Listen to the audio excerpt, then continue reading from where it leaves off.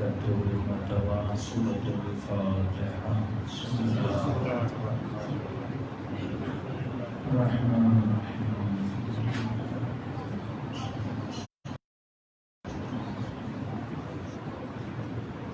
بسم اللہ الرحمن الرحیم.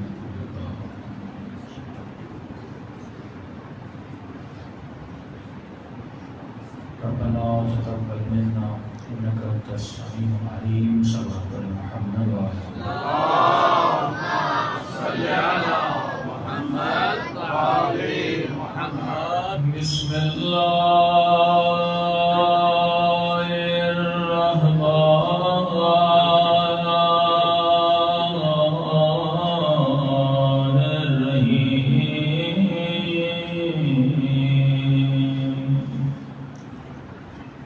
الحمد لله رب العالمين.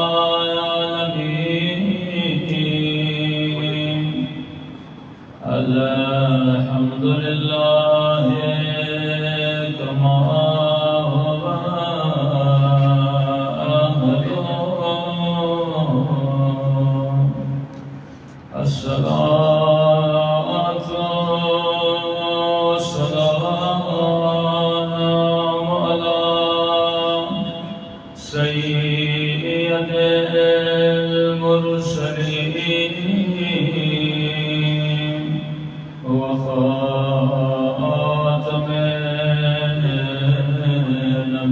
النبيين أبي القاسم محمد وعلى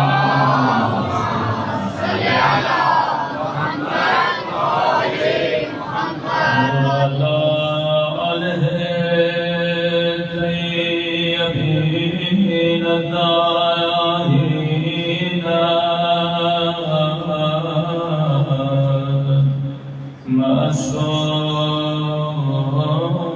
معصومين. سبحان الله سبحان اللهم كل وليك حجتك الحسن صلواتك عليه وعلى آله في هذه الساعة وفي كل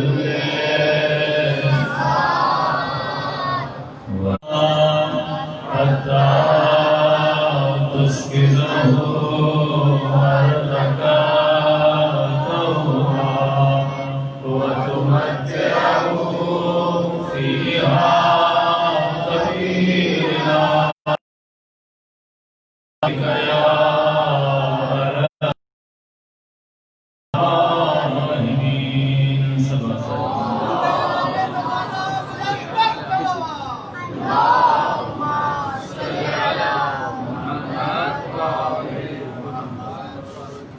بسم الله الرحمن الرحيم. رب اشرح لي صدري ويسر لي أمري واحلل عقدة من لساني يفقهوا قولي. أما بعد قال سبحانه وتعالى في محكم كتابه المجيد وفرقانه الحميد وقوله الحق وهو أصدق الصادقين. بسم الله الرحمن الرحيم.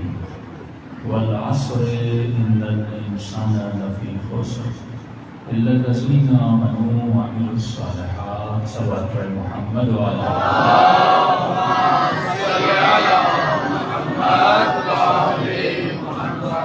دعا ہے پروردگار عالم ہم سب کی عبادتوں کو اپنی بارگاہ میں قبول فرما دے اور جس مقصد عبادت اور مقصد زندگی کی وجہ سے ان مجالس میں تشریف لائے، ان مقاصد میں بھی ہم سب کو کامیابیاں نصیب فرمائے۔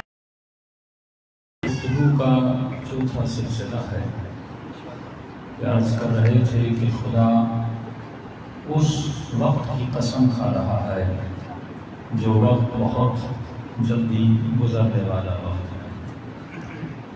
اس مجمع میں بوڑھے بھی ہیں، جوان بھی ہیں اور کم سن بچے بھی ہیں۔ بزرگ سے پوچھو کہ کسی گزری کہے گا خواب کی طرح۔ اکثر لوگ موت کا تصور کر کے ڈپریشن میں چلے جاتے ہیں۔ معصوم فرماتے ہیں کہ اللہ اس وقت کی قسم کھا رہا ہے۔ کیوں؟ کیونکہ یہ وقت بڑی اہمیت والا وقت ہے۔ اے انسان اولہ نطفہ وآخرہ جیفہ، تیری ابتدا بھی ایک نجس نطفہ، تیری انتہا سڑا ہوا گوشت۔ اہمیت جو ہے نہ ابتدا کی ہے نہ اس سڑے ہوئے گوشت کی، اہمیت ہے کہ اس دو نقطوں کے درمیان تم نے کیا کیا، تم نے کمایا کیا۔ تو فرمایا انسان میں نے تجھے فطرت دی، جس فطرت کو میں نے فطرت اسلامی کہا، اس فطرت کے بعد میں نے تجھے شریعت دی، جس شریعت کو میں نے اسلامی شریعت کہا، اور اس کے بعد میں نے کہا تجھے ایک راہ اور راستے پہ چلنا ہے جس کو میں نے صراط مستقیم کہا۔ تیری فطرت بھی سیدھی ہے، تیری شریعت بھی سیدھی ہے، اور جس راستے پر چلنا ہے وہ راستہ بھی سیدھا ہے۔ فطرت میں بھی زگزیگ نہیں ہے، شریعت میں بھی زگزیگ نہیں ہے، اور جس راستے پر چلنا ہے اس راستے میں بھی کوئی ٹیڑھا پن نہیں ہے، بالکل سیدھا راستہ ہے۔ اے انسان یا ایھا الذین آمنو، اگر اللہ پر اس کے رسول پر ایمان لے کر آئے ہو، پھر کہا آمنو، ایک مرتبہ اپنی زندگی کو دیکھ کہ جو تو ایمان لے کر آیا ہے کہیں وہ ایمان زبانی تو نہیں ہے۔ مجھے 1%، 2%، 5% والا ایمان نہیں چاہیے کہ تو یہ کہے کہ میں 5% مسلم ہوں اور 95% میں اپنے معاشرے کے کہنے پر چلوں گا کا نہیں۔ دین اور شریعت ایک مکمل مجموعہ حیات ہے۔ اگر میں نے تجھے نہ بتایا تو قیامت کے دن کہہ سکتا ہے کہ خدا مجھے پتا نہیں تھا۔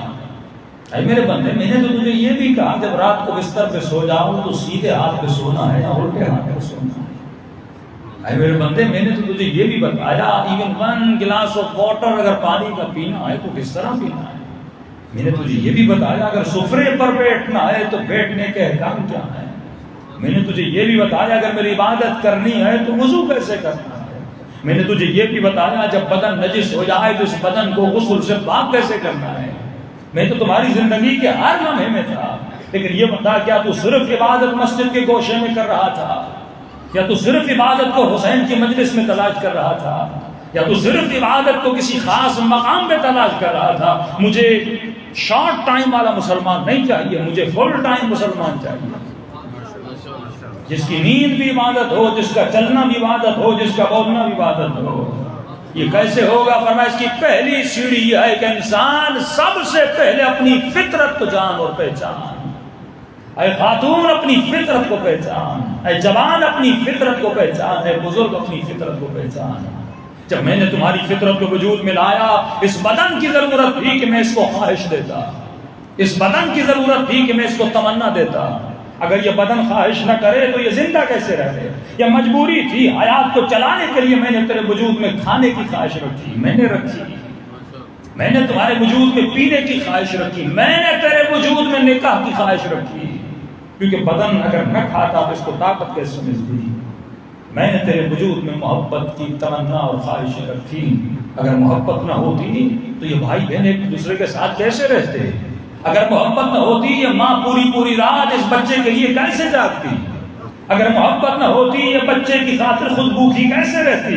اگر محبت نہ ہوتی یہ بچے کا درد جو پیدا کرنے والا ہے اس درد کو کیسے برداشت کرتی؟ یہ 9 مہینہ تکلیف برداشت کرتی ہے اس محبت کی خاطر جو میں نے اس کے دل میں ڈالی ہے۔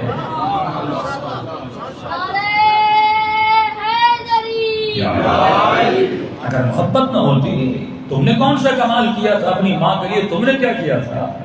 تو انجان تھا، تو نادان تھا، تو جب پیدا ہوا تو ذلیل تھا، تو نہ کھانا کھانا جانتا تھا، نہ اپنی نجاست کو صاف کرنا جانتا تھا۔ اے انسان، جس نجاست سے تجھے کتنی گھن آتی ہے، لیکن یہ ماں تیری نجاست کو بھی صاف کر رہی ہے اس محبت کی خاطر جو میں نے اس کے دل میں ڈالی ہے۔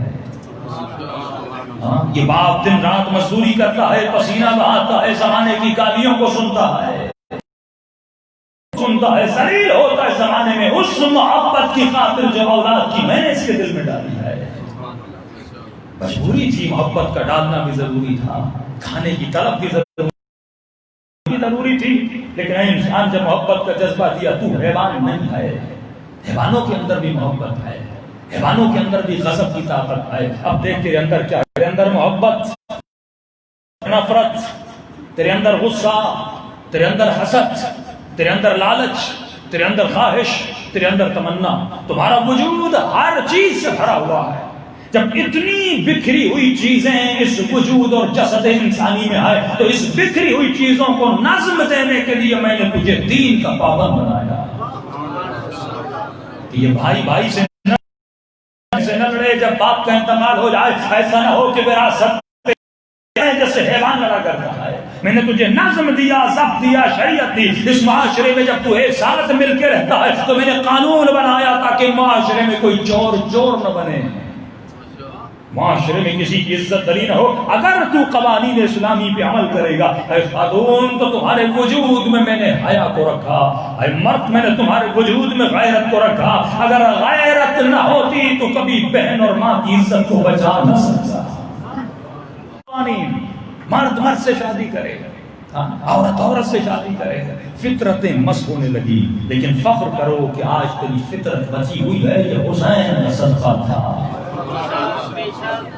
کربلا فطرت کو بچانے کے لیے حسین نے قیام کیا کہ یزید اگر حاکم رہا تو جان جانا یزید کے آنے سے شریعت پامال ہوئی، اور جب شریعت پامال ہو جائے گی، شریعت محافظ فطرت ہے، دین محافظ فطرت ہے، احکام شرعی محافظ فطرت ہے۔ اگر تو شریعت کو سائڈ کر دے گا فطرت تباہ ہو جائے گی۔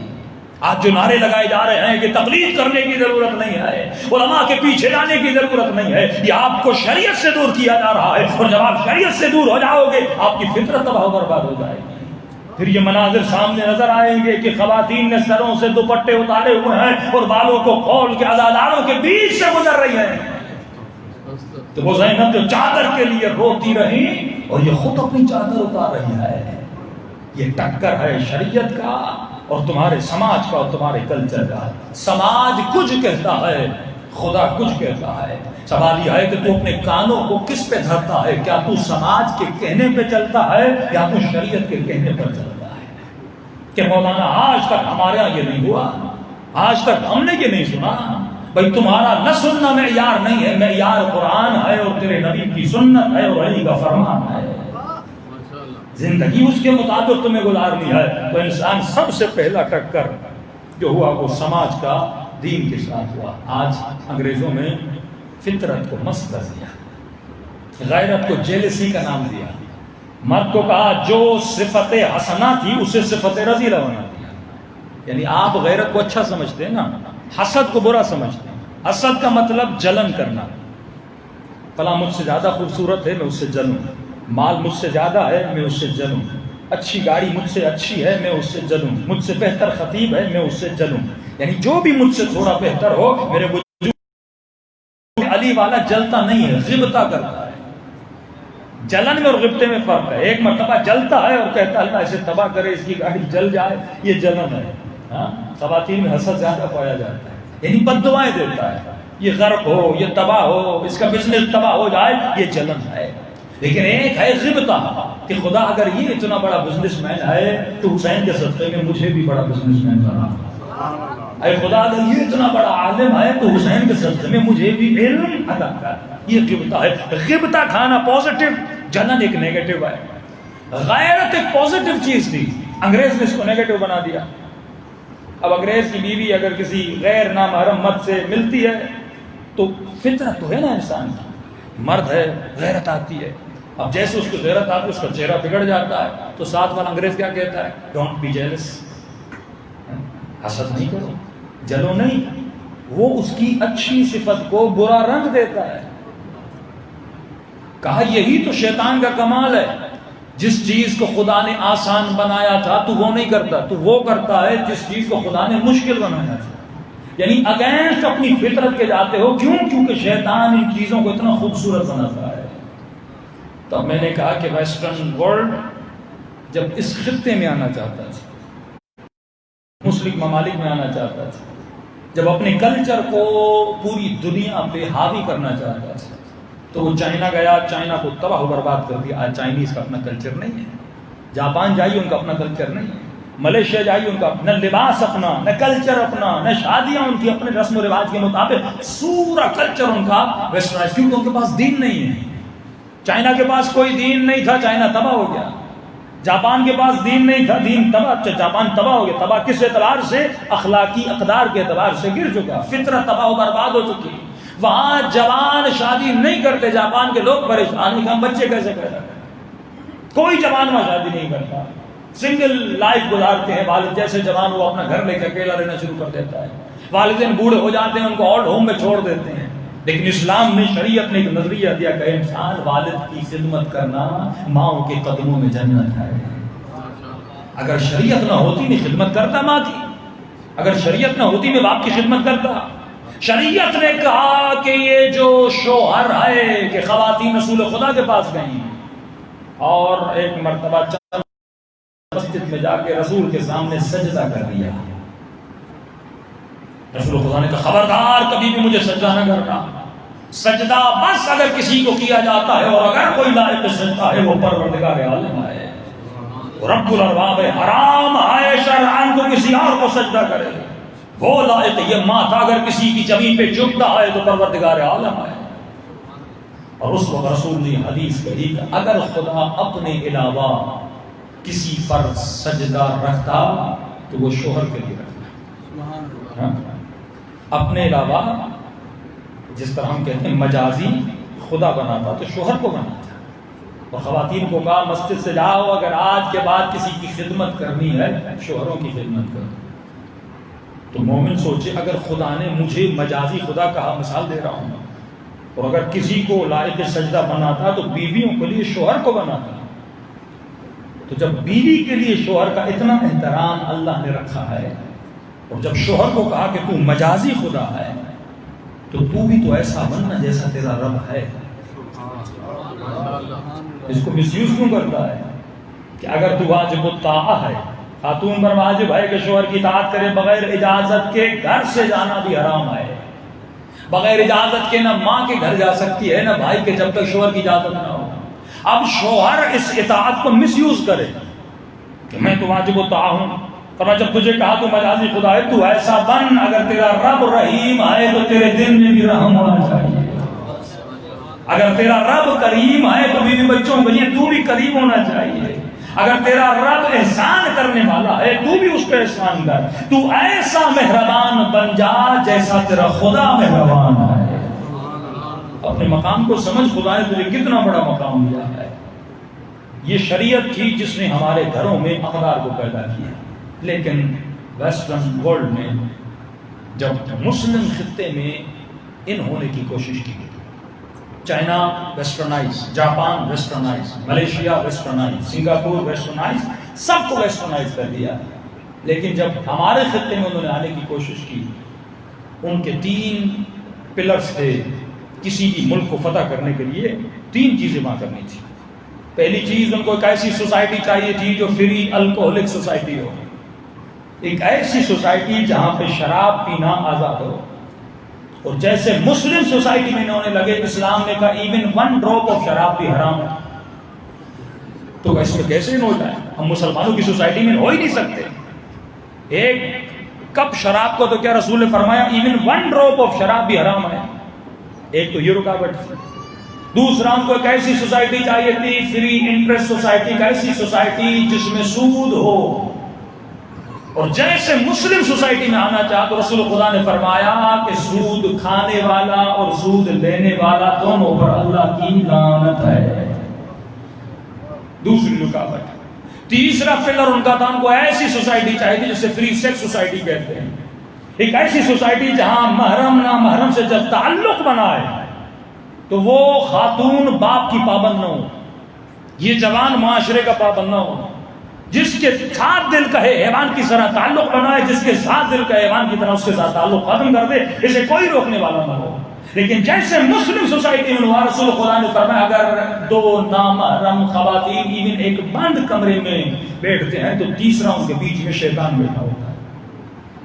اسلام نے تو اتنی انسٹرکشن لگا دی کہ رسول خدا کے پاس اب آذربائیجان کے لوگ آئے، یا رسول اللہ ہمارے یہاں سردی بہت ہے، ہمیں ایک کپ شراب پینے کی اجازت دی جائے.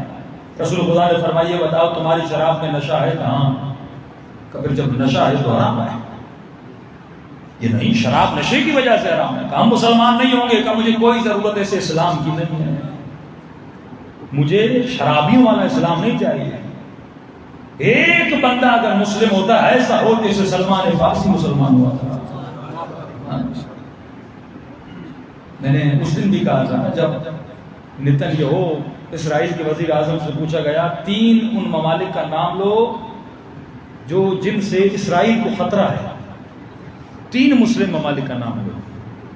کا 1 ایران، کا دوسرا کا ایران، کا تیسرا کا ایران. اس کی سٹیٹمنٹ ہے، نیٹ پہ پڑی ہوئی ہے. کیوں امریکہ کو ہم سے خطرہ نہیں؟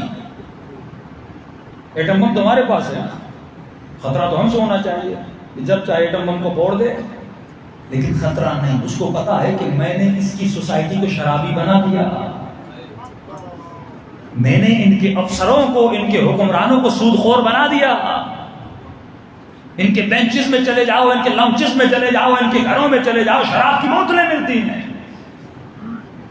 اگر مسلم معاشرے میں فری الکوہلک معاشرہ نہیں ہے، لیکن جو ایوانوں میں بیٹھے ہیں وہ تو فری الکوہلک ہیں، وہ تو شرابی ہیں، وہ تو سود کھانے والے ہیں. یہ سارا جو امریکہ سے یا ہر بینک سے جو پیسہ دیا جا رہا ہے وہ سود نہیں تو کیا ہے؟ کیا ملک سود سے چلتا ہے؟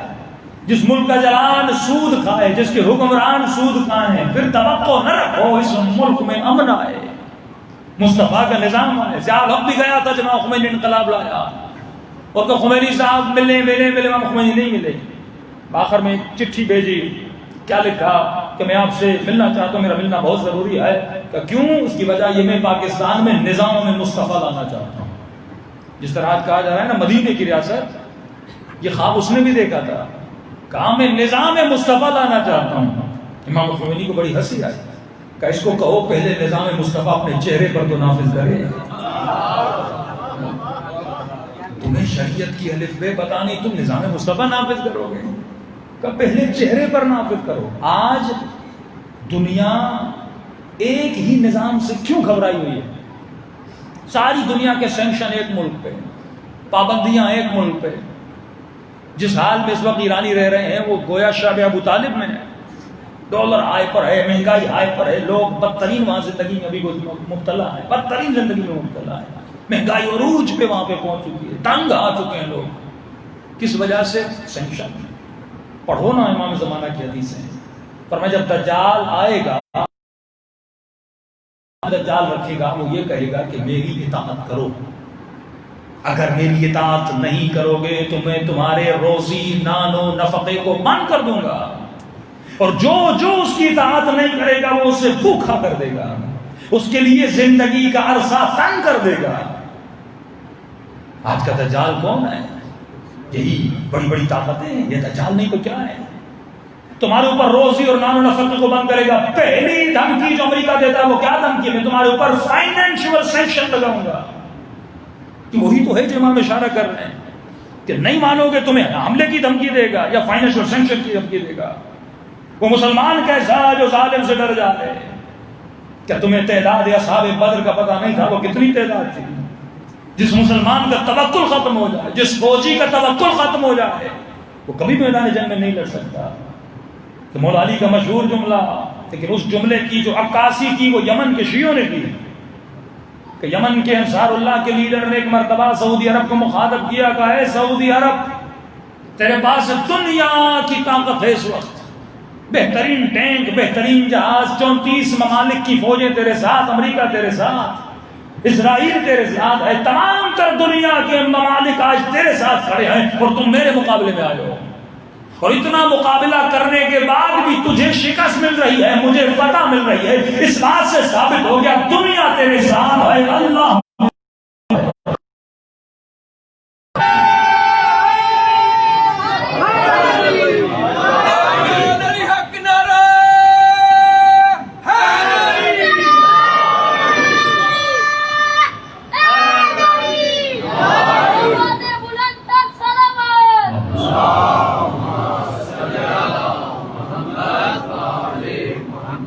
سیاست علی ہے، ایک سیاست معاویہ ہے۔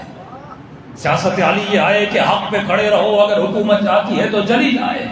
سیاست حسین یہ ہے کہ حق پہ کھڑے رہو تو ہو جائے، مرنا تو ویسے ہی ہے لیکن عزت کی موت بندہ مرے، ذلت کی موت کیوں مرے؟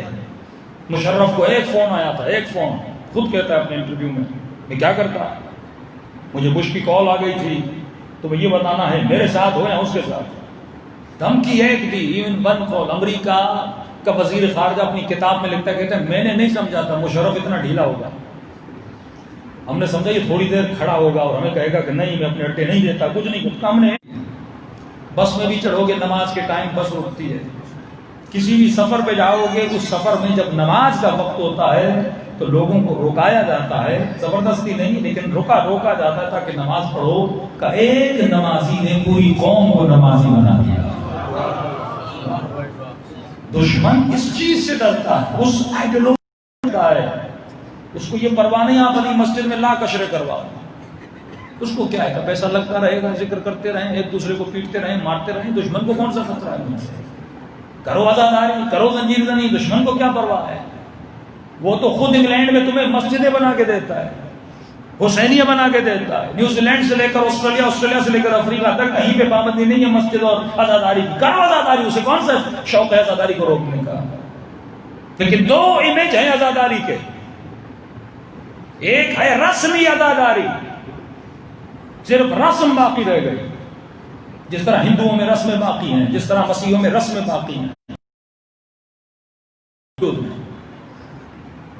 ایک وہ عزاداری جس سے حسین چاہتے تھے انقلاب۔ اس کی دو مثالیں آپ کو دے رہا ہوں۔ آیت اللہ زکزکی افریقن مولانا شیعہ ہوا، اس کے بعد ایران میں دین کی تعلیم حاصل کی، اور صرف تعلیم دین حاصل نہیں کی بلکہ حسین کی آئیڈیالوجی پڑھی۔ اتنی بڑی قربانی کربلا میں کہ فرماتے ہیں وہ رقت ہے حسین کے نام میں کہ جو جناب آدم سے بھی تعارف کروایا جا رہا تھا کہ تیرے بعد یہ نبی آئے گا، یہ نبی آئے گا، اور خاتم المرسلین آئیں گے اور اس کا نواسا ہوگا، نام حسین ہوگا۔ حسین کا نام آتا تھا آدم رو پڑتے تھے کہ خدایا اس حسین کے نام میں کیا ہے، مجھے گریا رونا آتا ہے۔ خدا نے پھر کربلا کا منظر دکھایا، نوح آئے، نوح کو بھی کربلا، ہر نبی رویا ہے حسین پر، ہر نبی رویا ہے۔ ہوگا دو اماموں کی بڑی اہمیت ہے، امام حسین دوسرے امام مہدی۔ امام مہدی کے لیے ہر امام نے حسرت کھائی کہ اے خدا ہم اس لشکر میں شریک ہونا چاہتے ہیں۔ مولا علی ضبط شوقا للرؤیت فرماتے ہیں مولا کیوں رو رہے ہیں؟ فرماتے اپنے مہدی کی زیارت کو دیکھنے اور اس کے شوق میں رو رہا کہ کب آئے گا علی اسے دیکھے۔ چھٹے امام اپنے بیٹے کا نام سنتے ہیں کھڑے ہو جاتے تھے، 50-200 تک لوگوں کو شیعہ بنایا۔ اب محرم کا چاند نظر آیا کہ مولانا تبلیغ کیسے کریں، حسین کا پیغام کیسے پھیلائیں۔ اس نے کہا دیکھو ہر معاشرے میں تبلیغ کا طریقہ الگ ہوتا ہے۔ ایک مرتبہ میں نے ایران سے دیکھا، ایرانی ایسے ماتم کرتے ہیں، میں نے ویسا ماتم کرنا شروع کر دیا۔ میں انڈیا سے آیا تھا، ایک طریقہ لے کر آیا تھا پاکستان میں، اسی طریقے ماتم کرنے لگا۔ پنجاب کے لوگ اپنا طریقہ، سندھ کے لوگ ہر کوئی اپنا طریقہ اپنا کے چل رہا ہے۔ ہم طریقوں میں بٹے ہوئے ہیں، آئیڈیالوجی کوئی بھی نہیں۔ آئیڈیالوجی سے لوگ شیعہ بنتے ہیں، آئیڈیالوجی سے نوجوانوں کی فکر اور ذہن بیدار ہوتے ہیں۔ وہ آئیڈیالوجی کہ ہمیں کسی بھی ظالم کے سامنے سر جھکانا نہیں ہے، وہ آئیڈیالوجی وہ مظلوم چاہے کشمیری ہو یا فلسطینی ہو، ہمیں یہ نہیں دیکھنا شیعہ ہے، ہمیں یہ دیکھنا ہے مسلم ہے اور انسان ہے۔ کہ آج اگر فلسطینیوں کی کسی نے بھرپور حمایت کی وہ بھی علی والوں نے حمایت کی، اور کشمیریوں کی جس نے بھرپور حمایت کی وہ بھی علی والوں نے حمایت کی۔ آج تک سعودی عرب کا ایک بیان نہیں آیا کیونکہ آئیڈیالوجی نہیں ہے، ان کی حمایت بیس آف انٹرسٹ ہے، فائدہ ہے تو حمایت کریں گے، فائدہ نہیں تو حمایت نہیں کریں گے۔ حسین انٹرسٹ کو نہیں دیکھ رہے تھے، حسین خدا کے نام کو دیکھ رہے تھے، ورنہ کون سا مولا کے انٹرسٹ میں تھا کہ اپنے بچوں کو اور ماں بہنوں کی چادریں لٹ جائیں اور حسین کے جوان بچہ مر جائے؟ یہ انٹرسٹ ہے حسین کا، انٹرسٹ آف دین، اللہ کے دین کے فائدے میں کیا ہے؟ حسین تجھے تو ویسے ہی دنیا سے جانا ہے، اکبر تو ویسے بھی دنیا سے چلا جائے گا، بہترین موت لے کر جائے، بہترین قربانی لے کر جائے، زندگی تو ویسے بھی گزارے گا، لیکن ایسی زندگی گزار کہ تجھ پہ حسین فخر کریں، تجھ پہ امام مہدی فخر کریں۔ مشکل آئے لیکن گزارنی پڑتی ہے، اگر بلندیوں تک جانا ہے تو پرواز بھی بلند کرنی پڑتی ہے۔ اب آغا زکزکی کا کیسے تبلیغ حسین کریں گے کہ میں نے تاریخ میں پڑھا ہے کہ سیدہ زینب کربلا سے پیدل چلی، اس بی بی کو شام کے دربار میں 9 گھنٹے کھڑا رکھا گیا، رکی نہیں زینب، خاموش نہیں رہی، کوفے میں گئی تو خطبہ دیا، شام میں گئی تو خطبہ دیا۔ واللہ اگر سیدہ ابن زیاد عبید اللہ ابن زیاد نے امام زین العابدین کے قتل کا حکم دیا تھا، تاریخ لکھتی ہمیں زینب کی سیاست سمجھ میں نہیں آتی کہ وہی زینب ہے جب ابن زیاد کے دربار میں آئے اور جب وہ کہتا ہے امام کو دیکھ کر یہ کون ہے، سننے والے نے کہا کہ یہ علی ہے، غصے میں آ کر کہتا ہے کہ میں نے تجھے حکم نہیں دیا تھا کربلا میں جتنے بھی علی ہیں سب کو مارو؟ کبھی آپ نے سوچا صرف علی کو کیوں مارو؟ صرف علی اصغر کا مسائل سن کے چلے جاتے ہو، کبھی آج تک نہیں سوچا علی اصغر کو انہوں نے مارا کیوں تھا؟ اس کے پیچھے پوری تھنکنگ ہے، پوری سوچ ہے، پوری پلاننگ ہے۔ خط لکھا گیا تھا، مشیر جو یزید کا تھا وہ ایک یہودی تھا، یزید کی جو ماں تھی وہ مسیحی تھی، اس کی ماں کو معاویہ نے چھوڑ دیا تھا، یہ کہاں بڑا ہوا تھا؟ ایک مسیحی یہودی سوسائٹی میں بڑا ہوا تھا۔ یزید کی پرورش ایک یہودی اور مسیحی سوسائٹی میں ہوئی تھی، ماں کا دین یہودیہ تھا، باپ کا دین، آپ دیکھیں گے کہ بنو امیہ کون تھا؟ اس میں میرا پورا اشرا ہے۔ امیہ ایک غلام تھا جس کو خرید کے عبد الشمس سے، اس کا جو بڑا چچا تھا، وہ باپ تھا، وہ لایا تھا شامات سے، وہ غلام تھا جس کو عرب پالتے تھے، اس کو بیٹا کہتے تھے۔ یہ غلام بڑا ہوا، مکے میں اس نے شرارتیں کرنا شروع کی، لوگوں کا مال غصب کیا، پھر فیصلہ اس کو نکالا جائے، 10 سال اس کو مکے سے نکالا گیا۔ یہ پھر کہاں گیا؟ پھر یہ واپس اسی شام میں گیا جہاں سے اس کو خریدا گیا تھا، وہاں جا کر اس نے شادی شدہ یہودی عورت سے گناہ میں مبتلا ہوا، اس سے اس کو بچہ ہوا، اس بچے کو لایا جس کی نسل سے یہ پورا خاندان چلا۔ تو بی بی زینب وہاں اشارہ کرتی ہیں وَابْنَتُ طُلَقَا، جیسے یہ کہا یزید کا رنگ اڑ گیا، اس کی اصلیت بتائی تھی ہے کون؟ آئے آزاد غلام کے بیٹے، تیرے آبا و اجداد غلام تھے۔ جب خط لکھتا ہے امیر شام مولا علی کو، یہ تاریخ میں خطوط موجود ہیں، علی تیرا میری جھگڑا کے ساتھ، ہم دونوں قریشی ہیں، ہم دونوں عبد الشمس کے بچے ہیں، ہمارے آبا و اجداد ایک ہیں۔ امام نے فرمایا کہاں تو اور کہاں میں؟ وہاں پر بھی امام نے کہا تو غلام کا بیٹا ہے۔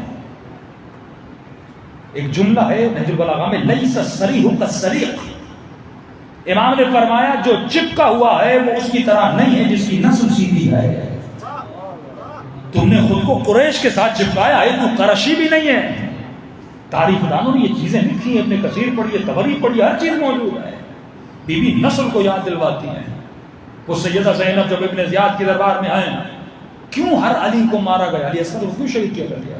خط میں لکھا تھا، ان کو پتا تھا، رسول کی حدیث کو انہوں نے پڑھا تھا کہ اگر یہ 12 امام چلیں گے، نسل چلے گی تو نسل کسی علی سے چلے گی۔ حسین کے بعد جو امام بنے گا اس کا نام کیا ہوگا؟ علی ہوگا۔ حکم دیا تھا کربلا میں کوئی بھی علی زندہ نہ رہ پائے، چاہے وہ 6 مہینے کا ہو یا 2 مہینے کا ہو، 1 مہینے کا ہو، ان کی نسل کو ختم کر دو کہ یہ سلسلہ بنو ہاشم ختم ہو جائے اور ہمیشہ بنو امیہ حاکم رہے۔ تبھی 6 مہینے کا یہ سب کو تیر مارا، وداؤٹ پلاننگ نہیں مارا تھا۔ ابن زیاد نے غصے میں کہا کیا میں نے حکم نہیں دیا تھا کربلا میں ایک بھی علی نہ بچے؟ کہا کہ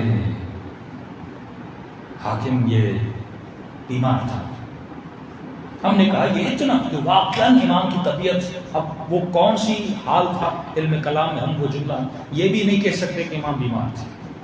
بعض علماء کہتے ہیں اپنی احتیاط کرو کہ امام کو بیمار بھی نہ کہا کرو کیونکہ معصوم ہے. وہ کون سی کیفیت تھی وہ اللہ جانتا ہے. اس کیفیت میں امام دیکھ دیکھنے والا یہ سمجھتا تھا یہ سید سجاد چند دنوں میں گزر جائے گا. اس وقت کا نہیں حکم ہے کہ کسی علی کو زندہ نہیں رکھنا. اس ملعون نے حکم دیا کہ امام سجاد کو قتل کر دیا جائے. وہ بی بی زینب جب دربار یزید میں بات کرتی ہیں تو جلال آئے، جب کوفے میں بات کرتی ہیں تو جلال آئے. دیکھنے والا کہتا ہے میں نے زینب کو پہچانا نہیں.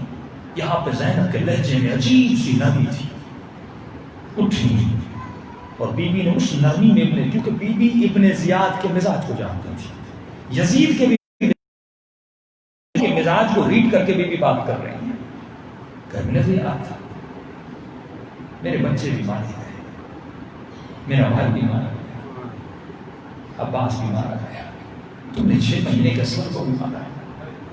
اب رسول کی نواسیوں کے ساتھ دینے کے لیے کوئی محرم نہیں ہے، کیا تو مجھے نامحرموں کے ساتھ شام بھیجے گا؟ کہ بی بی نے ایسے رقت بڑے جملے کہے کہ زیاد کی آنکھوں میں آنسو آ گئے. اس کے دل میں نرمی پیدا ہو گئی. اور اس وقت جب کہا کہ نہیں میں پھر بھی اس کو ماروں گا، سیدہ زینب نے اپنی گردن سید سجاد کی گردن میں کر دی. کہا اگر تلوار چلانی ہے تو پہلے میرا گلا کاٹ، پھر تو علی بن العزیز کو مار دے. یہ منظر دیکھنے کے بعد زیاد خاموش ہوگا کا فیصلہ یزید کرے گا، میں فیصلہ نہیں کروں. اور یہی سیدہ زینب ہے جب یزید کے دربار میں جاتی ہے، للکار کے ایسے بات کرتی ہیں کہ ایک مرتبہ یزید نے کہا کہ علی کی بیٹی تو بات ایسے کر رہی ہے کہ جیسے میں ہار گیا ہوں تو جیت گئی ہے. یہ فرماتے ہیں ہاں تو ہارا ہوا ہے، ہم جیتے ہوئے ہیں. اور کہا کہ یزید آج اپنے تخت پہ نازا ہے نا، کہ لشکر تیرے ساتھ ہے، کہ پورا دربار تیری حمایت میں بیٹھا ہے. لیکن یزید یاد رکھنا ایک وقت آئے گا، ایک وقت آئے گا کہ یہی شہر ہوگا، یہ شہر تیرے باپ کے نام سے جانا نہیں جائے گا، زینب کے نام سے جانا جائے گا.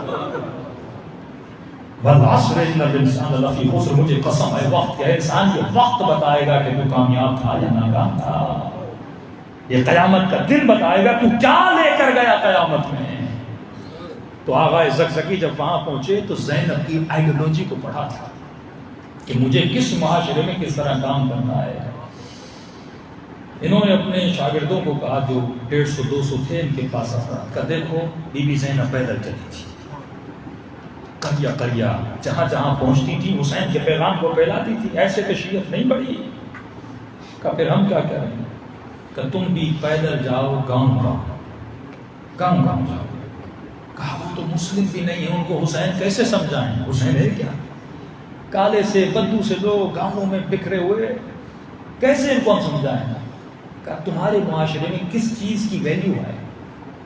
افریقہ میں خون بہت مہنگا تھا، ایک بوٹل $200 $300 کی وہ غریب لوگ لے نہیں سکتے تھے، مر جاتے تھے مختلف بیماریوں میں، کمزور سے پتلے سے. خون وہاں بہت مہنگا تھا. کہ حسین نے دین کی راہ میں خون دیا تھا، تم گاؤں گاؤں جاؤ اور اعلان کرو جسے بھی خون چاہیے ہم 200 لوگ خون دینے کے لیے تیار ہیں.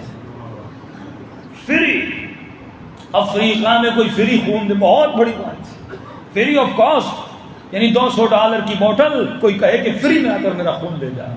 گاؤں گاؤں گئے اور اعلان کیا گاؤں والوں جس کا بچہ بیمار ہے، جسے خون چاہیے، جس کی بیوی بیمار ہے، خون چاہیے، ہم خون دینے کے لیے تیار ہیں. گاؤں میں انقلاب آ گیا. یہ کون لوگ ہیں جو فری میں خون دے رہے ہیں؟ روٹی تو دیتے ہوئے دیکھا، پانی تو دیتے ہوئے دیکھا، ڈبل روٹی تو دیتے ہوئے، خون کون دیتا ہے؟ ہجوم آیا مین سٹی میں، کہ کہاں دینا ہے؟ کہ جس کو آنا ہے فلاں جگہ پہ آ جائے. گاؤں کے لوگ جمع ہوئے، 10 لوگ خون لینے والے تھے، 20 لوگ دیکھنے والے تھے، یہ ہیں کون جو خون دے رہے ہیں. جب وہاں پہنچے ان کو خون دیا اور ان سے سوال کیا کہ آپ لوگوں نے اپنا خون ہمیں کیوں دیا ہے؟ اب آغا زکزکی نے کہا ان کو بلاؤ اور ان کو بٹھاؤ. جس طرح تم نے مجلس کا ماحول بنایا، آغا زکزکی اس طرح لوگوں کو بٹھایا. پھر ایک مائک رکھا، انہوں نے خطاب کیا کہ ہم نے تو 1 بوتل خون کی دی ہے، کربلا میں حسین تھا. جس نے اپنے 6 مہینے کے بچے کا خون اس دین خدا میں قربان کیا، اور اتنی محبت تھی دنیا والوں سے کہ خون کو نہ زمین پہ گرنے دیا نہ آسمان کی طرف پھینکا، اپنے رخساروں کو اس خون سے خضاب کر دیا کہ خدایا یہی خون اور یہی خون آلود چہرہ لے کر قیامت کے دن آؤں گا اور پوچھوں گا میں نے تیری امت کا بگاڑا کیا تھا۔ اور حسین کے نام میں ہی تاثیر ہے، جیسے انہوں نے بتایا کہ حسین کون تھا، تاریخ کیا تھی، رسول کون تھے، افریقن کالے شیعہ ہیں کے اس وقت کی تعداد کے مطابق کچھ کہتے ہیں 1 ملین، کچھ کہتے ہیں 5 ملین شیعہ ہیں وہاں۔ ایک زگزگی نے ملینز آف پیپل کو شیعہ بنا دیا۔ میری 50 سال زندگی گزر گئی، میں صرف اپنے بچے کو بھی حسین نہیں بنا سکا۔ میری 60 سال زندگی گزر گئی، میں نے کسی ایک من احیاها فکأنما احیا الناس جميعا، میں نے کسی ایک مسلمان کو مومن نہیں بنایا۔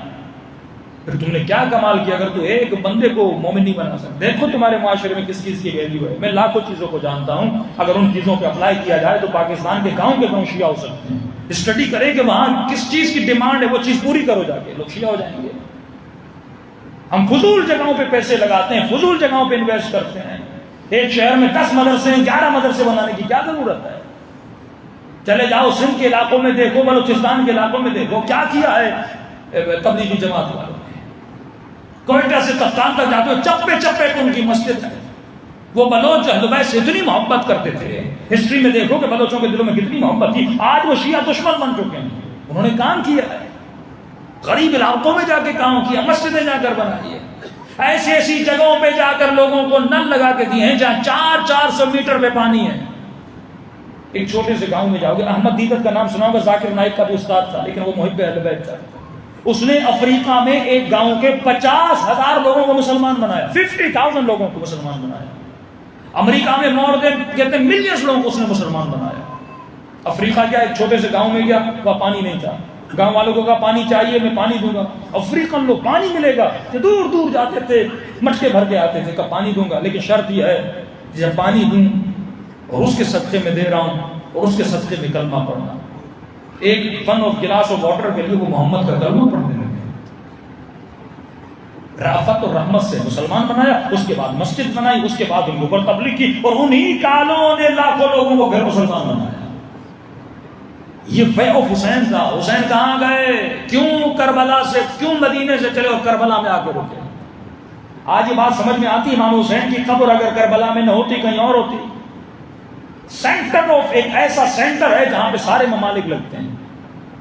اور 40 کا معجزہ بھی دیکھ رہے ہو، کتنا بڑا معجزہ ہے کہ حج سے زیادہ لوگ 40 میں جمع ہوتے ہیں۔ یہ حرکتیں، یہ ایکشن ایسے نہیں ہو رہے، اس کے پیچھے خدا کی پلاننگ ہے کہ ہر ملک، ہر رنگ کا بندہ وہاں جاتا ہے۔ انسان کی فطرت کربلا میں جا کے بدل جاتی ہے، معاشرے کی نیچر کربلا میں جا کے بدل جاتی ہے۔ تمہاری نیچر جمع کرنا تھی لیکن کربلا میں تو صرف دینا سیکھتا ہے۔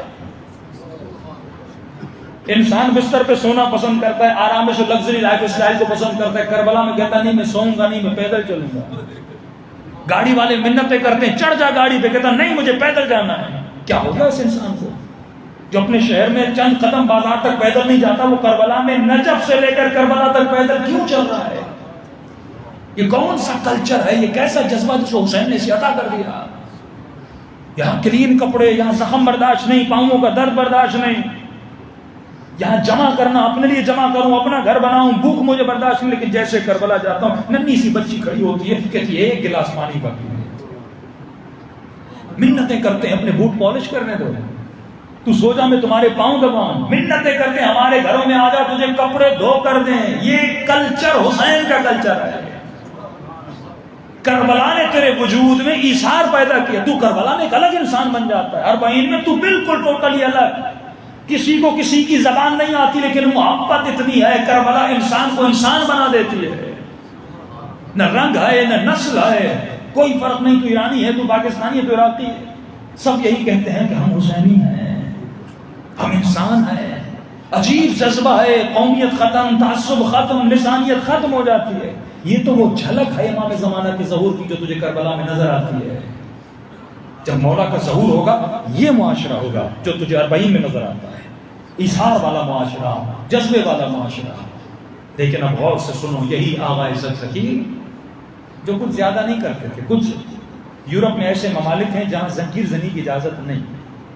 کیوں؟ کہتے ہیں یہ ایکٹ آف وائلنس ہے. ہمارے بچے ڈرتے ہیں کہ بندہ وائلنس پھیلا رہا ہے. آغا زکزکی وائلنس بھی نہیں پھیلا رہے تھے. وہ زنجیر بھی نہیں مار رہے تھے، نہیں قمع مار رہے تھے. وہ سوسائٹی میں ضرورت مندوں کو کیا دے رہے تھے؟ خون دے رہے تھے. اب اس میں ٹیررزم کا بھی کوئی تصور نہیں، وائلنس کا بھی کوئی تصور نہیں کہ آپ کہو کہ آپ وائلنس پھیلا رہے ہو. لیکن دشمن کو زکزکی کا یہ عمل پسند نہیں آیا.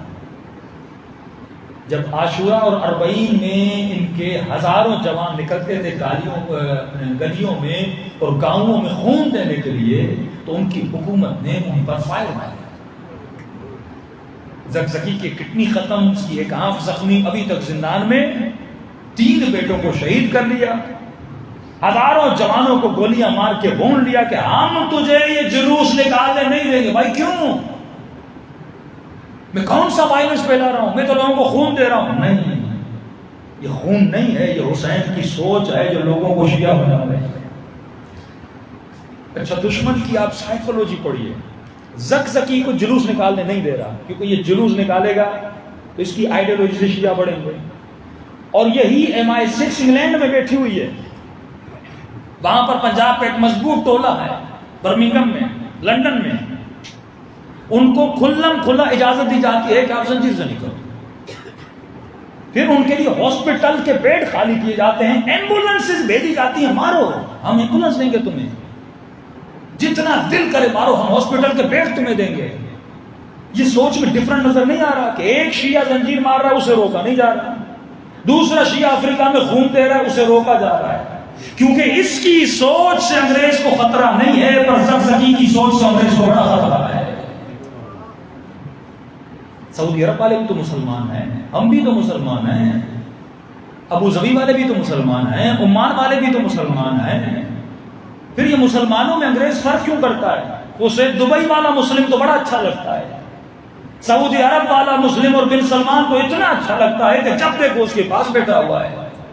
لیکن اسے حزب اللہ کا جوان اچھا نہیں لگتا، اسے ایران کا جوان اچھا نہیں لگتا، اسے عراق میں حشد و شابی کا جوان اچھا نہیں لگتا. کیوں؟ اس کی جنگ ہی تیری سوچ سے ہے. اس کو پتا ہے اگر میرے نظام کو، سود کے نظام کو، فری الکوہولک سوسائٹی کو، فری سیکس سوسائٹی کو اگر کسی سوچ سے خطرہ ہے، وہ حقیقی دین مصطفیٰ کی سوچ سے خطرہ ہے. دبئی میں تو سب چیزیں آزاد ہیں، سود بھی وہاں پر ہے، شراب بھی وہاں پر ہے، اور گندگی وہاں پر ہے. نماز پڑھنی ہے چلا جا مسجد میں، عبادت کرنی ہے چلا جا مندر میں. آج وہ مندر سعودی عرب میں بنائے جا رہے ہیں. یعنی ایک ایسی سیکولر سوسائٹی بناؤ نا. یہ جو میں نے ابھی قانون پنجاب گورنمنٹ نے پاس کیا ہے، میرے خیال میں 1 سال پہلے، 5-6 اور مزید ہوٹلوں کو انہوں نے شراب کے ٹھیکہ دے دیا. یہ مسلم سوسائٹی ہے کہ 5 اسٹار ہوٹل میں جاؤ شراب پلائی جاتی ہے. کسی ہوٹل میں گیا، وہاں پہ وہ کور پڑا ہوا تھا، میں نے کہا کوئی جوسز ہیں، جب دیکھا تو شراب بیئر لکھا ہوا ہے، مسلم کو آفر کی جا رہی ہے. اچھا، اسی ہوٹل کے روم میں مصلی بھی پڑا ہوا ہے، اور ٹیبل پہ شراب کی آفر بھی پڑی ہوئی ہے. یہ وہ دین ہے جو تجھے انگریز دینا چاہتا ہے. یہ وہ لگژری لائف اسٹائل ہے جس میں اس کو میری نماز سے کوئی مسئلہ ہے ہی نہیں، دن رات نمازیں پڑھو. اسے تمہارے اسٹرکٹنس سے خطرہ ہے، کہیں یہ اصولوں کا پابند نہ ہو جائے کہ اپنے اصولوں کے لیے اگر یہ سر کٹا دے گا تو یہ میرے لیے خطرے کے مطابق ہے. امام زمانہ کا ظہور کب ہوگا؟ فرمایا جب یہ سارے کفر کے سسٹم کلیپس کر جائیں گے. کمیونزم گر گیا، سوویت یونین گر گیا، جرمنز گر گئے، برٹش کی کتنے سال حکومت چلی وہ بھی نظام گر گیا، امریکہ کا نظام وہ بھی آپ دیکھ رہے ہیں سرمایہ دارانہ نظام گر رہا ہے. ہر ملک میں احتجاج ہو رہا ہے، ہر ملک میں احتجاج ہو رہا ہے، کیونکہ دنیا کا ہر نظام، کبھی کہا کہ پارلیمانی سسٹم لاؤ، کبھی کہا صدارتی سسٹم لاؤ، کبھی کہا ڈیموکریسی ووٹنگ سسٹم لاؤ، لیکن ہر ملک میں ہر سسٹم گرتا ہوا نظر آتا ہے. تو میں جب پوری دنیا کے لوگ ان کے بنائے ہوئے سسٹموں سے نا امید ہو جائیں گے، پھر خدا ایک سسٹم بھیجے گا جو سسٹم امام زمانہ آ کر دنیا میں نافذ کرے. جب تیرے وجود میں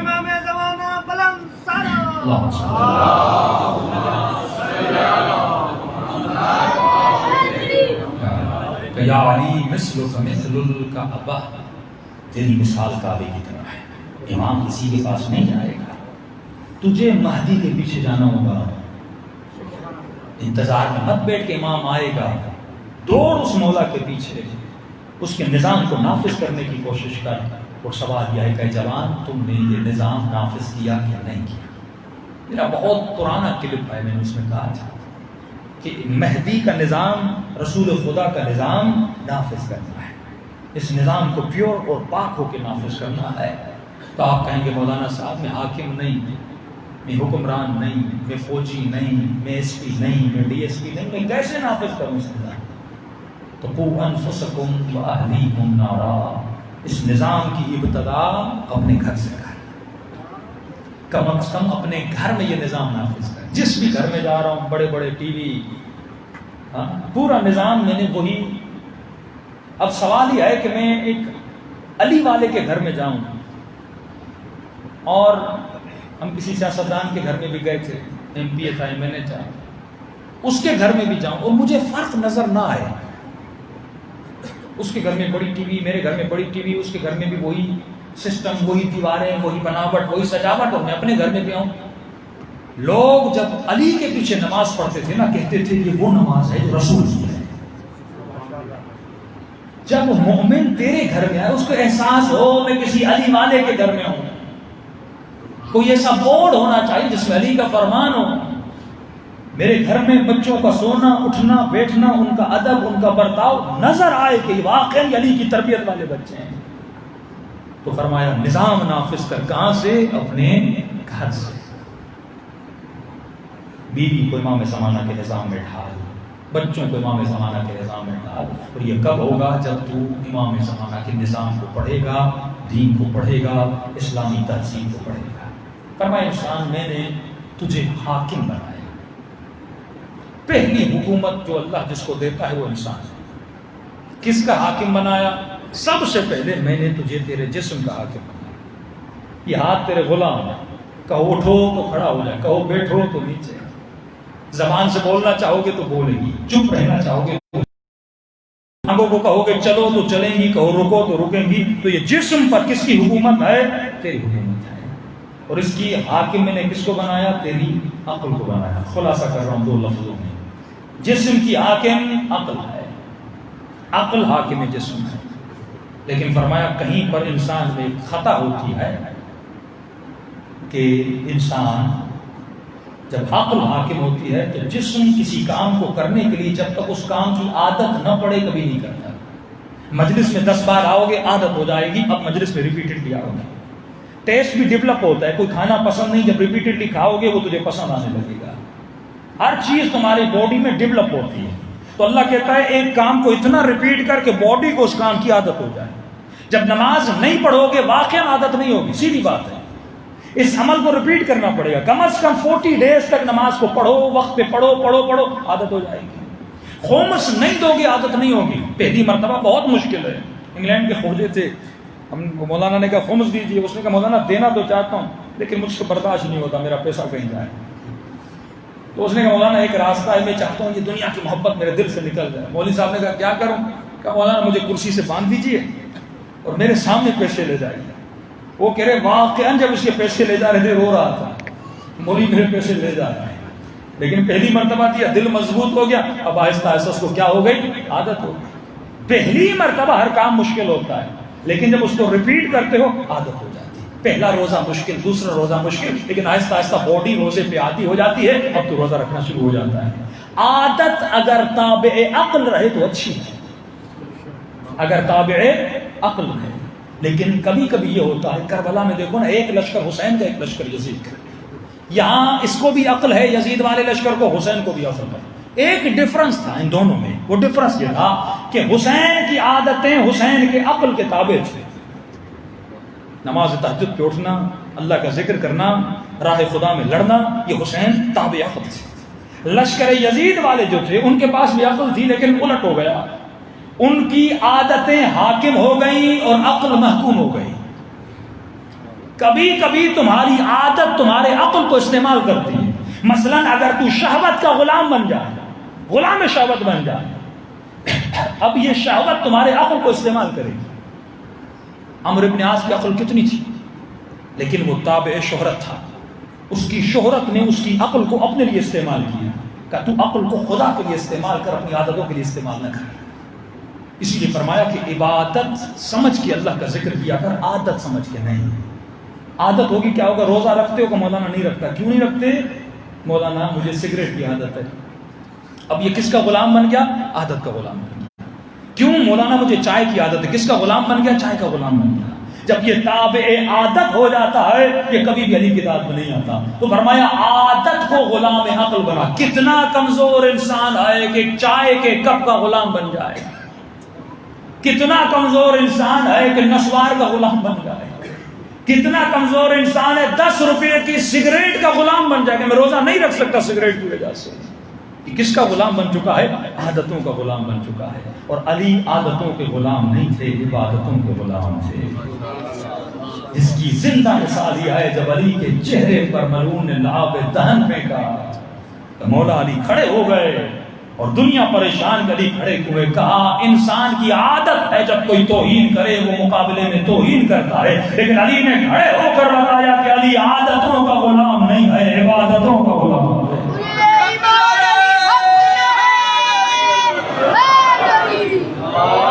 تو عزیزان محترم، مجھے ایک مرتبہ جس طرح باڈی کو اسکین کرواتے ہو نا کوئی بیماری ہے کہ نہیں، ایک مرتبہ اپنی روح کو بھی اسکین کرواؤ کہ میرے اندر کہیں صفات رذیلہ تو نہیں، کنجوسی کی عادت، حسد کی عادت، غیبت کی عادت، جھوٹ کی عادت. یہ ساری صفات میرے چھٹے امام نے بتائی ہیں پر وقت میں گنجائش نہیں ہے.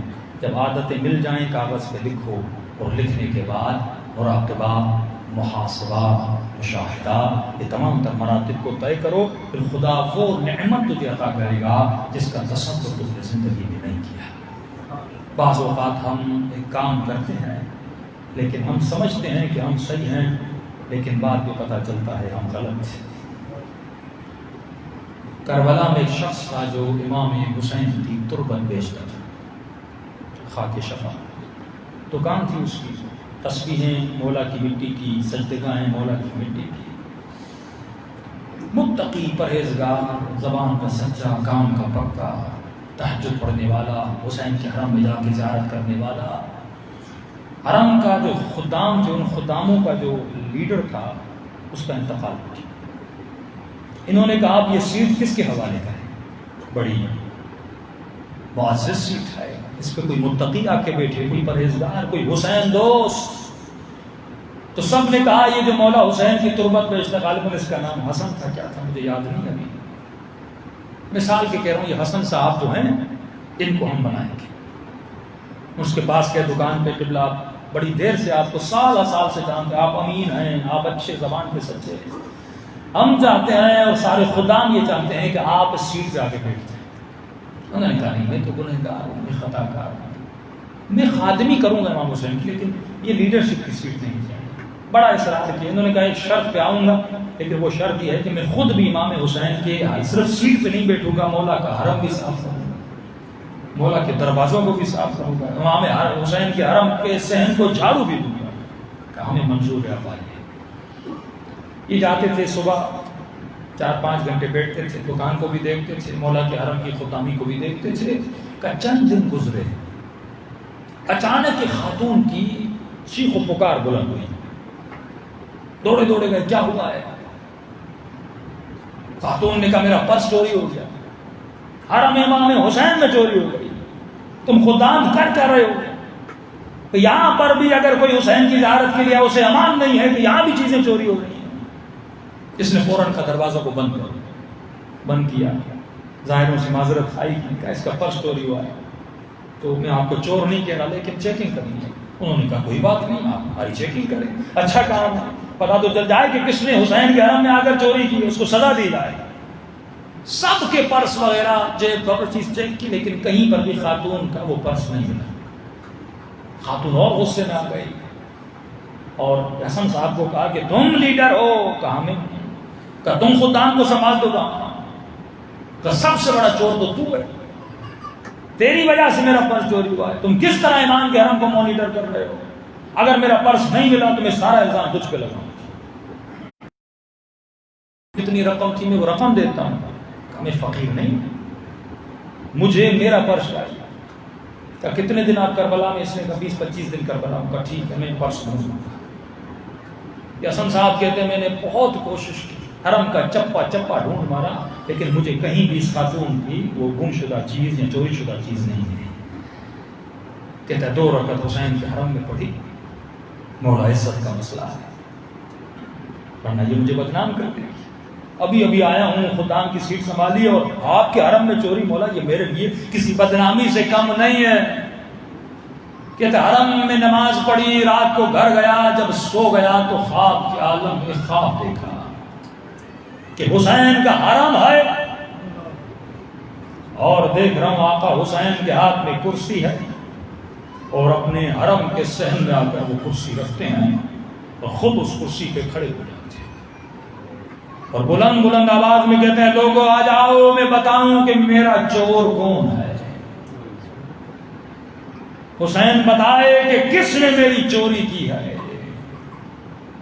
کہ لوگ جمع ہونا شروع ہوئے. یہ کہتا ہے میں بھی خواب کے عالم میں دوڑا کہ ہاں مولا بتائیے کون چور ہے. میں تو بڑے دنوں سے پریشان ہوں، مجھے چور کا پتہ نہیں لگا. کہ جب سارے لوگ، بازار کے لوگ، حرم میں جتنے ظاہر سب جمع ہوئے، حسین کھڑے ہوئے ہیں اور کہہ رہے میں بتاؤں میرا چور کون ہے، مولا بتائیے چور کون ہے. امام نے حسن کی طرف اشارہ کیا کہ میرا چور یہ ہے. پریشان ہوا. مولا میں نے کب چوری کی؟ مولا میں تو کئی دنوں سے چور کو ڈھونڈ رہا ہوں. کہا حسن صاحب مجھے یہ بتاؤ کہ جب میں کربلا میں آیا تھا یہ زمین حسین نے خریدی تھی کہ نہیں؟ کہا مولا. کہیں میں نے ہبا کر کے کس قبیلے کو دی؟ کہ مولا بنی اسد کو یہ بنی. اور میں نے کس شرط پہ دی تھی کہ جب بھی میرے زائر آئیں تمہیں اس وقت رہنے کا حق ہے کہ جب تم میرے پیاسے زائروں کو پانی پلاؤ، کوئی بھوکا زائروں سے کھانا کھلاؤ. کہ میرا سب سے بڑا چور تو ہے، تجھے کس نے اجازت دی میری مٹی کو پیسوں میں بیچو؟ یہ حسین کی مٹی ہے، کہ تم نے مجھ سے اجازت لی اور میری زمین کو بیچ رہے ہو؟ تمہاری ملکیت، تمہارا گھر، تمہارا مال، تمہارا پیسہ، تمہارا پورا وجود میری مٹی سے بیچ کے بنا ہے. کہ سب سے بڑا چور تو ہے. کہتے ہیں مولا واللہ مجھے پتا نہیں تھا کہ یہ بیچنا جائز نہیں ہے. امام نے کہا رہی بات اس خاتون کے پرس کی، میرے حرم کا ایک فقیر ہے کہ حسین کے حرم کے باہر گلی میں زمین پہ سوتا ہے. کل جانا اس کے بستر کے نیچے سے بستر ہٹانا، زمین میں مٹی کے اندر اس نے پرس کو چھپا کے رکھا ہے، جا کر نکالنا. اور حسن صاحب یاد رکھنا میرے حرم کا فقیر ہے، اس کی عزت کو پامال نہ کرنا. بس اسے ایک جملہ کہنا تو حسین کا فقیر ہے، میرے ظاہروں کو لوٹا نہ کر، مجھے رزق حسین دے گا. کتنی پرواہ ہے مولا کو اپنے چاہنے والوں. نیند سے اٹھا،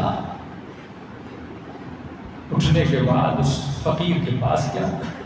جس طرح مولا نے کہا تھا نیچے سے پرس نکالی، جیسے فقیر نے دیکھا اس نے ہاتھ جوڑ دیا. کہا حسن صاحب میری عزت کو پامال نہیں کرے گا، میں فقیر ہوں، مجھ سے غلطی ہو گئی. کہ گھبرانے کی ضرورت نہیں، حسین نے تیری ضمانت لے لی. بس اتنا کہا ہے کہ تم میرے در کا فقیر ہے، میرے ظاہروں کی چوری نہ کیا ہے، تجھے میں پہنچاؤں گا. اس خاتون کو جا کر پرس دیا، روتا ہوا یہ حسن. اسی طرح جس طرح حسین کرسی لے کر صحن میں رکھی تھی، اس نے بھی صحن میں رکھی. اب امام نے کیونکہ دیکھو یہ بھی نعمت ہے کہ مولا اسے بتا رہے ہیں کہ تم نے غلطی کی ہے. اپنے گناہ کا پتہ لگنا بھی نعمت الہی ہے کہ تم سال ہاں سال سے گناہ سے غافل تھے، اچانک تجھے پتہ چل گیا میں نے گناہ کی، میں اس گناہ میں ہوں. واقعی انسان کبھی بے خبر ہوتا ہے اپنی خطاؤں سے. تمہیں تیری خطا کا پتہ لگنا کہ اور کو بتایا کہ اور تو خطا پڑے، یہ بھی نعمت الہی ہے، یہ بھی توفیق الہی ہے. ایک مرتبہ کرسی کو صحن میں رکھا اور کھڑا ہو گیا. کھڑے ہونے کے بعد کا لوگوں آؤ تجھے بتاؤں حسین کا چور کون ہے. لوگوں نے سمجھا پرس کے چور کا بتائے گا. جب مجمع جمع ہوا کہ لوگوں حسین کا چور میں، لوگوں نے کہا اے متقی، اے نمازی، یہ کیا کہہ رہا ہے؟ کہ حسین نے خود کہا میں حسین کا چور ہوں، کہ میری پوری زندگی حسین کی مٹی کو بیچ کے بنی ہے. جسے معاف کرنی ہے معاف کر لے، جس نے مجھ سے پیسے لینے ہیں وہ آ کر مجھ سے پیسے لے لے. اس نے دکان بیچی، گھر بیچا، اپنا سارا مال غریبوں میں تقسیم کیا، ایک اور کاروبار کیا۔ تو اگر حر بننا چاہتے ہو تو اپنے وجود سے اس پوری غلطی کو نکال کر سرے سے اپنے وجود میں انقلاب لانا پڑتا ہے۔ اتنا آسان نہیں میرے عزیز، جب تک جڑ سے اپنی غلطیوں کو نکال کر، اور جب ایسے بن جاتے ہو تو پھر حسین تجھے سینے سے ایسے لگاتے ہیں جیسے حر کو سینے سے لگاتے ہیں۔ ایک ہے گناہ، ایک ہے گناہ کی معافی۔ گنہگار ہر انسان ہے، خطا انسانوں سے ہو جاتی ہے، لیکن انسان اس گناہ سے معافی کرے۔ امام سے پوچھا مولا میں نے بہت گناہ کیا، مولا کیا میرے گناہوں کی معافی مجھے ملی؟ امام نے کہا توبہ کی؟ ہاں مولا کی، بہت رویا۔ مولا نے کہا ایک نشانی ہے، اگر وہ نشانی تیرے اندر ہے تو سمجھو اللہ نے تیرا وہ گناہ معاف کیا، کتنا بھی بڑا گناہ، لیکن اگر وہ علامت اور نشانی تیرے اندر پائی جاتی ہے تو گناہ معاف ہے۔ کہ مولا کون سی؟ مثال میں دے رہا ہوں، مثلا اگر تو پہلے شراب پیتا تھا، اب تم نے توبہ کر لی کہ آج کے بعد نشہ نہیں کروں گا، غلط صحبت میں شراب نہیں پیوں گا، دعائے کمیل میں رو رہے ہوں، جب تنہائی میں اپنے شراب کے پینے کو سوچتے ہو تو کیا تجھے مزہ آتا ہے یا نفرت آتی ہے؟ یہ مولا بتا رہے۔ اگر گناہ کو سوچ کے ذہن میں لذت باقی ہے تو گناہ کی معافی نہیں ہے، لیکن اگر اپنے گناہ کو سوچ کر تجھے اپنے آپ سے گھن آنے لگے کہ یہ میں نے کیسا عمل کیا تھا، میں نے کس کی مخالفت کی، اللہ کی، کس کے سامنے، امام زمانہ کے سامنے، تجھے اپنا وہ گھن تجھے اپنے وجود سے آئے جو حر کو آئی تھی۔ بیٹے کو کہا کہ آنکھوں پہ پٹی مانگو، ہاتھوں میں رسی، اجازہ گناہ کیا کہ جب حسین سامنے آئے تو میرے لال مجھے بتا دینا۔ ایک طرف بھائی، بیٹا، پیچھے غلام۔ ایک مرتبہ غلام نے کہا اللہ اکبر، کہ حسین آ گئے؟ کہ نہیں بابا علی وہ آقا اس اکبر استقبال کے لیے آئے۔ ایک مرتبہ بھائی نے کہا اللہ اکبر، کہ حسین آ گئے؟ کہ نہیں بھیا عباس استقبال کے لیے آئے۔ ارے گنہگار ہے لیکن توبہ کر کے جا رہا ہے اور اپنے عمل سے اتنا شرمندہ ہے کہ ہاتھوں کو باندھ لیا ہے۔ ایک مرتبہ تینوں نے کہا اللہ اکبر، کہ کیا ہوا؟ کہ خود حسین خیمے سے نکل گیا۔ کہا جب حسین قریب آئے تو بتا دینا۔ سینہ جب حسین کے سینے سے ملا، کانوں میں کہا کہ آقا حسین سامنے کھڑے۔ ایک مرتبہ حر نے خود کو قدموں میں گرا دیا، اپنے لشکر کا سردار ہے اور قبیلے کا سردار ہے، اور کوئی معمولی بات نہیں ہے، قدموں پہ گرا ہوا ہے۔ جب اس نے اپنی ذلت کا احساس کیا، حسین نے دونوں بازوؤں سے اٹھایا، سینے سے لگا کر کہا بھیا، اور حسین کے سینے سے غلاموں کو بھیا کہے۔ حسین نے اپنے ہاتھوں سے پٹی اتاری، کہا حر آنکھوں پہ پٹی کیوں مانگی؟ کہا مولا کاش میں اندھا ہو جائے۔ گھن آ رہی ہے اپنے عمل سے، برا لگ رہا ہے اور کو کہ یہ میں نے کیا کیا تھا، اتنی نفرت ہو رہی کہ مولا کاش میں اندھا ہو جاتا، ان آنکھوں کو اپنی آنکھوں میں ڈال کے نہ دے دیتا۔ حسین نے کہا اور میں نے معاف کیا۔ حسین اب اور کے ہاتھوں سے رسیاں کھولنے لگی۔ میں کہوں گا کاش مولا حسین کوئی زینب کے ہاتھوں سے ایسے رسیاں، کوئی سکینہ کے ہاتھوں سے رسیاں، جب رسیاں کھولی تو کہا اور ہاتھوں پہ رسیاں کیوں باندھی؟ کہ مولا کاش یہ ہاتھ کٹ جاتے میں کبھی بھی آپ کے گھوڑے کی لگام ہاتھ نہ ڈالا۔ واللہ یہ گھرانہ بڑا عظیم ہے۔ کہا اور اب تو جنتی ہے۔ حسین نے معاف کیا، لیکن تاریخ کربلا لکھتی ہے اور رکا نہیں، روئے جا رہا۔ امام دلاسا دے رہے ہیں یہ پیر مرد یہ بوڑھا ایسے ہو رہا ہے جیسے 6 مہینے کا بچہ روتا ہے۔ کہ اور معاف کیا، دلاسا دے رہا ہوں تو جنتی ہے، کیوں رو رہا ہے؟ کہ مولا آپ نے تو معاف کیا لیکن زہرا کی بیٹیوں سے معافی مانگی، اور میں نے معاف کیا، میری بہنوں نے معاف کیا۔ کہ نہیں مولا سکون نہیں مل رہا، دل بڑا بے چین ہے۔ کہ عباس اس کے اطمینان کے لیے خیموں میں اعلان کر اور معافی مانگنا چاہتا ہے۔ ایک مرتبہ خیموں کے درمیان گیا، خاک کربلا پہ بیٹھا، ماما اتارا، مٹی سر میں ڈالی اور کہنے لگا زہرا کی بیٹیوں اور کو معاف کر۔ کہ حسین نے کہا اور کس چیز کی معافی مانگ رہا ہے میری بہنوں سے؟ اور میں نے معاف کر دیا کہ مولا جب میں نے آپ کا راستہ روکا تھا نا مجھے مہمانوں سے کچھ بیویوں کے رونے کی آواز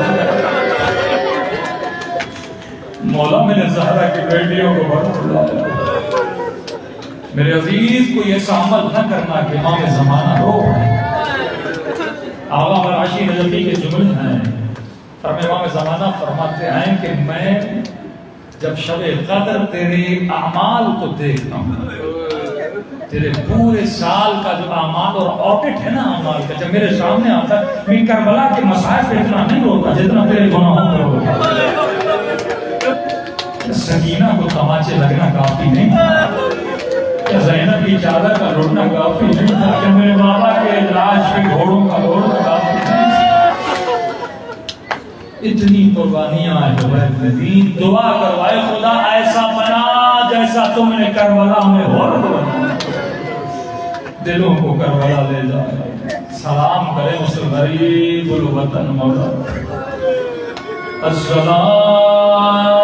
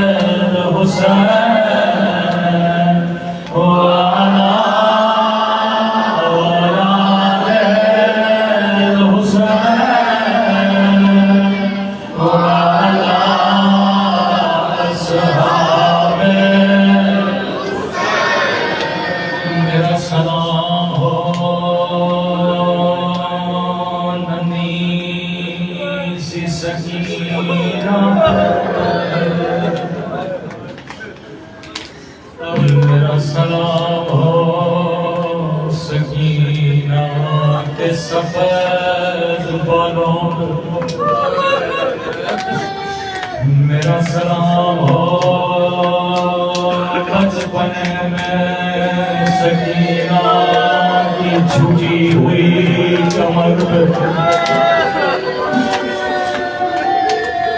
میرا سلام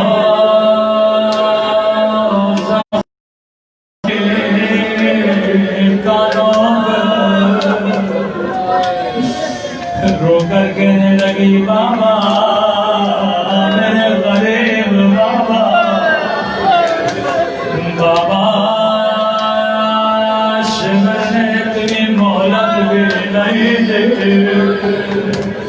میں اپنی بالیاں اتار بابا ایسے اتاری میرے کانوں سے خون امام سجاد جب بھی روتے تھے رو کر کہتے تھے الشام الشام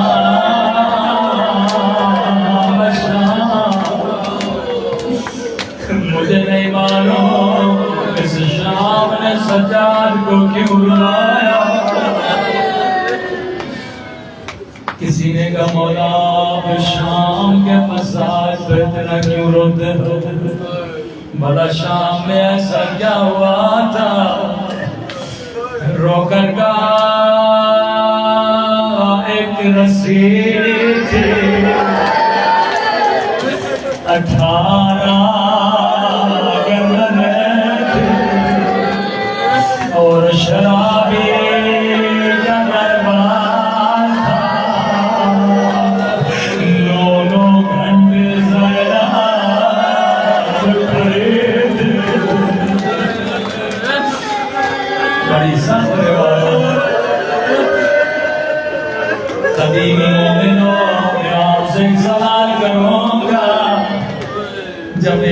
رسی ہو 18 گردنیں ہو کسی کا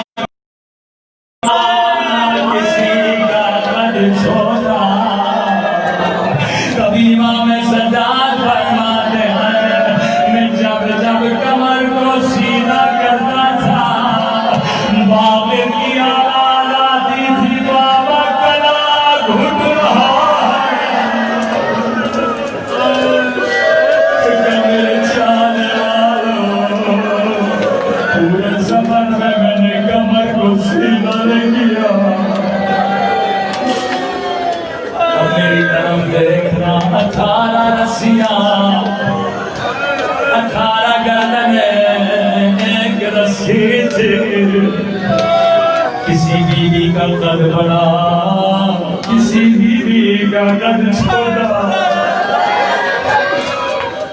5-6 مقامات ہیں جس پر سید سجاد بہت روتے ہیں کا ایک رسی میں باندھا ہوا تھا ایک مرتبہ شمر رسی کو کھینچ رہا تھا ارے بچے رسیوں میں لٹک دیتے دربار میں ہم کھڑے تھے ایک مرتبہ یزید دربار میں آیا اپنے تخت پہ بیٹھا مجھے نہیں معلوم شمر نے یزید کے کانوں میں کیا کہا شاید کہو یزید ایک بچی ہے جو پورے سفر میں بابا بابا کر کے رو رہی ہے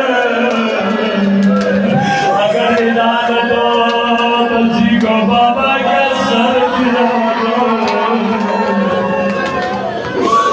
منو نے فوراً کہا وہ بچی کہاں ہے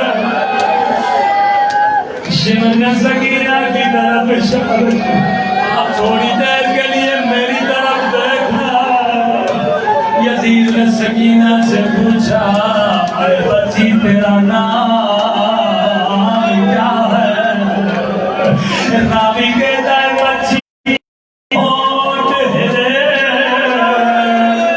پر آواز نہیں نکلی دوبارہ پوچھا اے بچی تیرا نام کیا ہے امام فرماتے ہوٹ ہلے پر آواز نہیں نکلی تیسری مرتبہ کا غسل میں تجھ سے پوچھ رہا ہوں مجھے جواب کیوں نہیں دیتے امام سجاد کی آواز بلند اے معلوم بتا تو رہی ہے لیکن گردن کی رسی بڑی تنگ ہے بچی کی آواز کیسے نکلے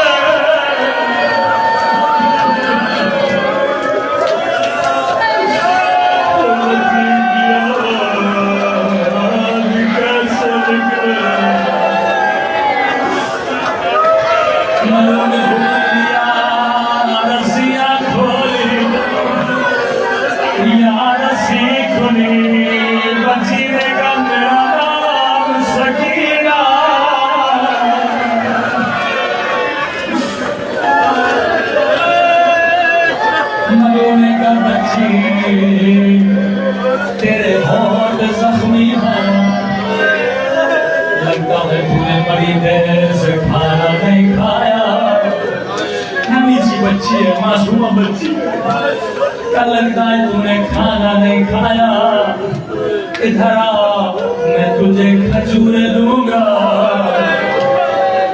سکینہ نے سجاد کو دیکھا کہ سکینہ جا کہیں قیامت کے دن یہ نے قیام نے پوچھا تھا بچی نے بتایا نہیں سکینہ جا حجت تمام کر اب ننھی سی بچی آگے بڑھے منو کے قریب آئے منو نے اشارہ دیا تشت بلایا جائے امام فرماتے عرب تشت میں کھجورے رکھ دیتے منو نے دشت بچی کو لیا کہ کھجورے کھا لے بچی نے جیسے کپڑا ہٹایا اللہ یہ منظر کسی بچی کو نہ دکھائے جیسے کپڑا ہٹایا ایک کٹی ہوئی گردن سے بچی نے سر کو سینے سے لگا او میرا پیاسا بابا او میرا تھکا ہوا بابا او لاشیں اٹھا اٹھا کر او میرا غریب بابا بابا شمر نے دماد سے مارے بابا پپی اماں کو دادیا رے بولے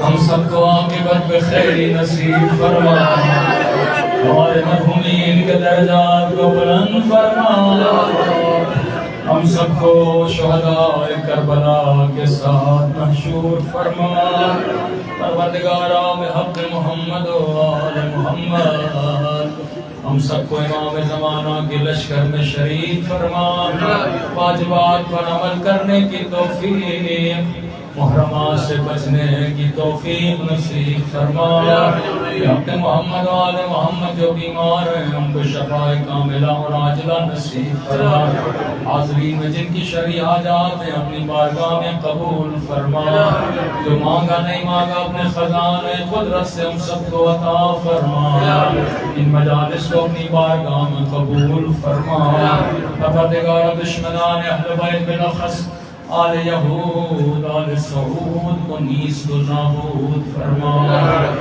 مراج و زام کو طول عمر عطا فرما پروردگارا جہاں جہاں عطا فرما اور حقیقی وارث امام زمانہ کا سایہ ہم سب کے سروں پر عطا فرما رب